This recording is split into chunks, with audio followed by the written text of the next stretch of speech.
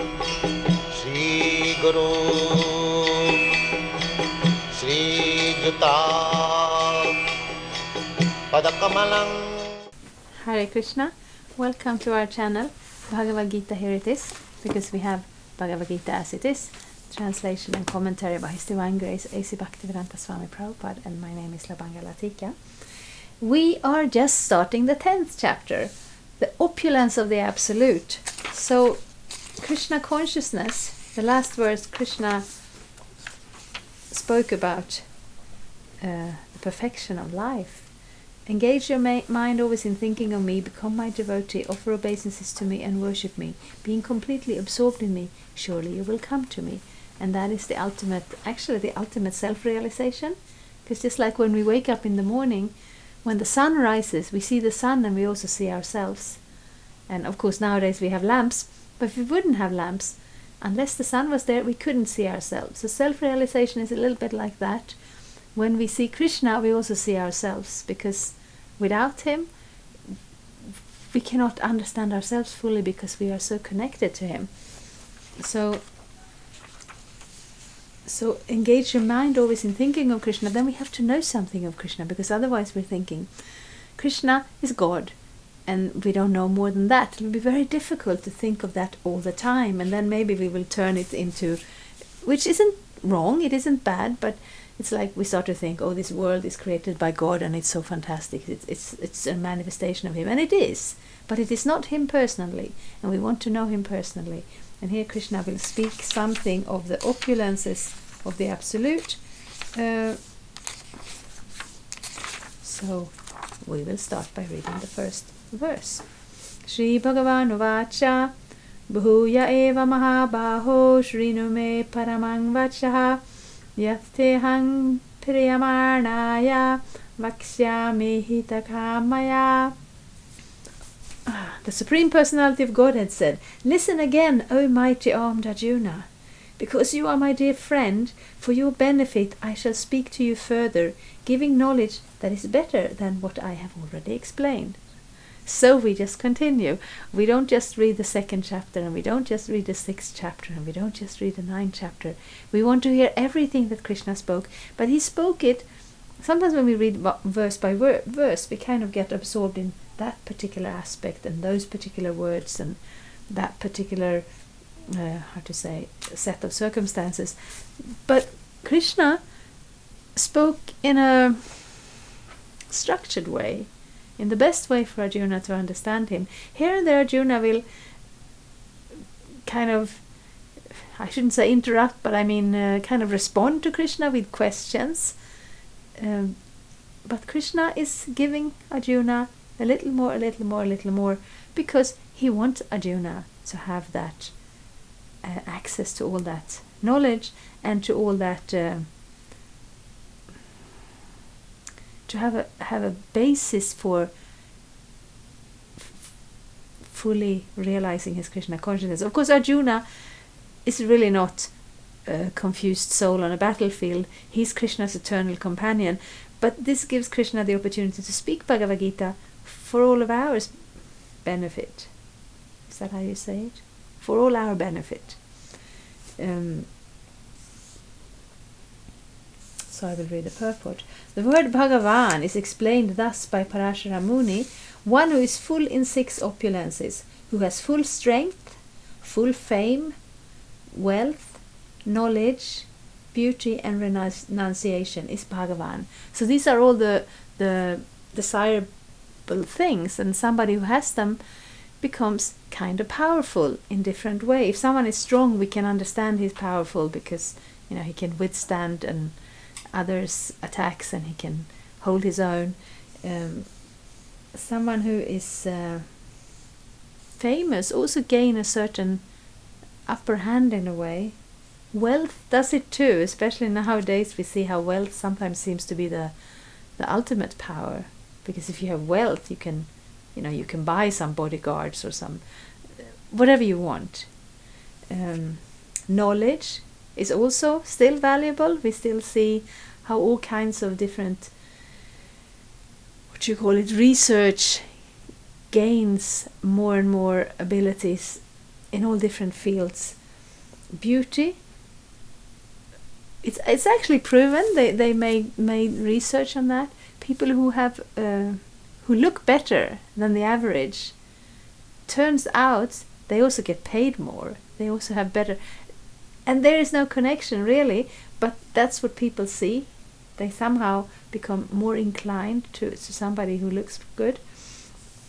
And renunciation. Renunciation sounds a little ancient. It sounds like an old-fashioned thing. But actually, what is renunciation? It is being cool. You don't need that. You don't need them. You're full within yourself. And that creates also a certain power. So Krishna has that completely. He has all of it. We can have a little bit of some of them. And that then it generally depends on our good karma, that we have deserved it in some sense from previous lives. Krishna has all of it. Because he's God, it all comes from him. While Krishna was present on this earth, he displayed all 6 opulences. Therefore great sages like Parashara Muni have all accepted Krishna as the personality, supreme personality of Godhead. Now, Krishna is instructing Arjuna in more confidential knowledge of his opulences and his work. Previously, beginning with the 7th chapter, the Lord has already explained his different energies and how they are acting.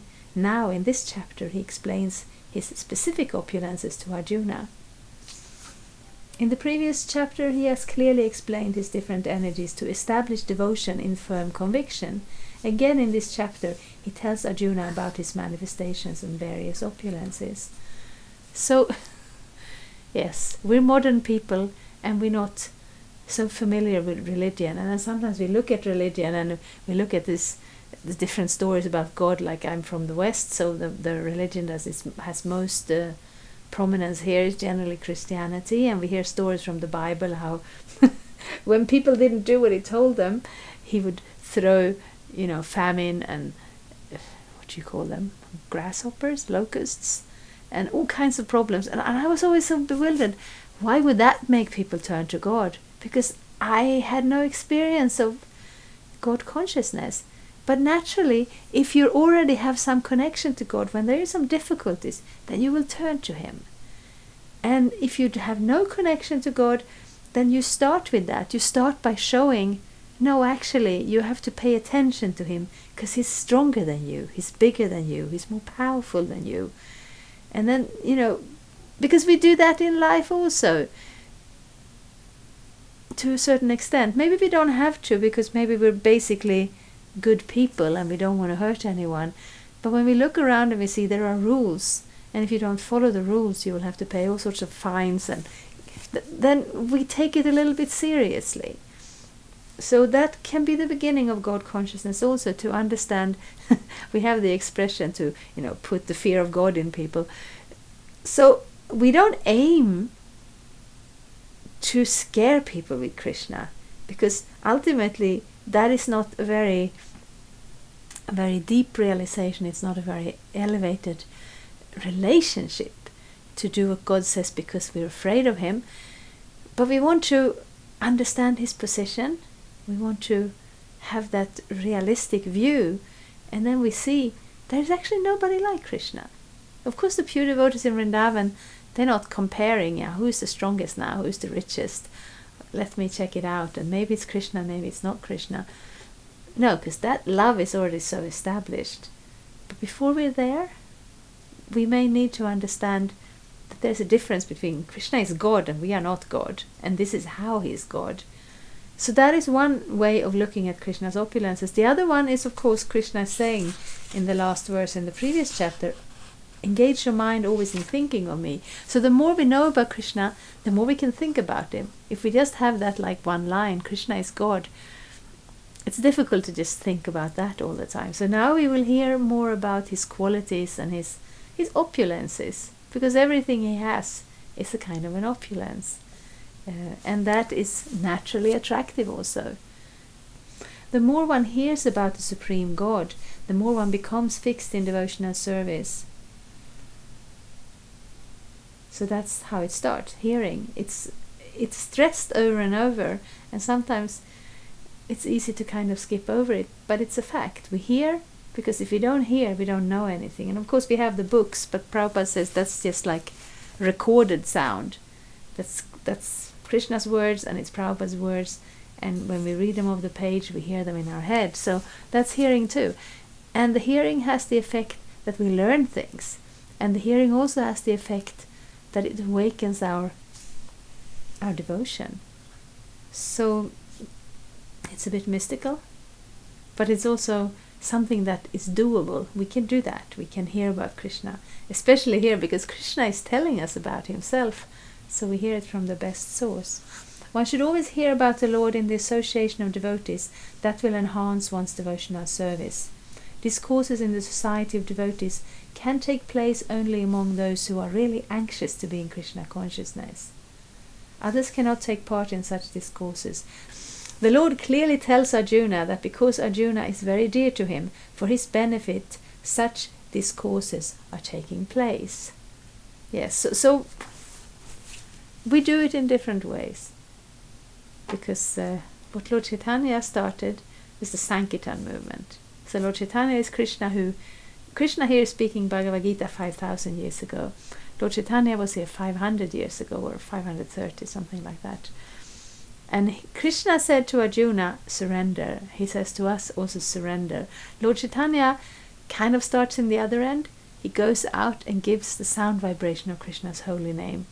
And also he gave, philosophical discourses also to some of his closest associates, who in turn wrote books and continued to teach this knowledge. He didn't wait for people to surrender. He started by giving them that sound vibration.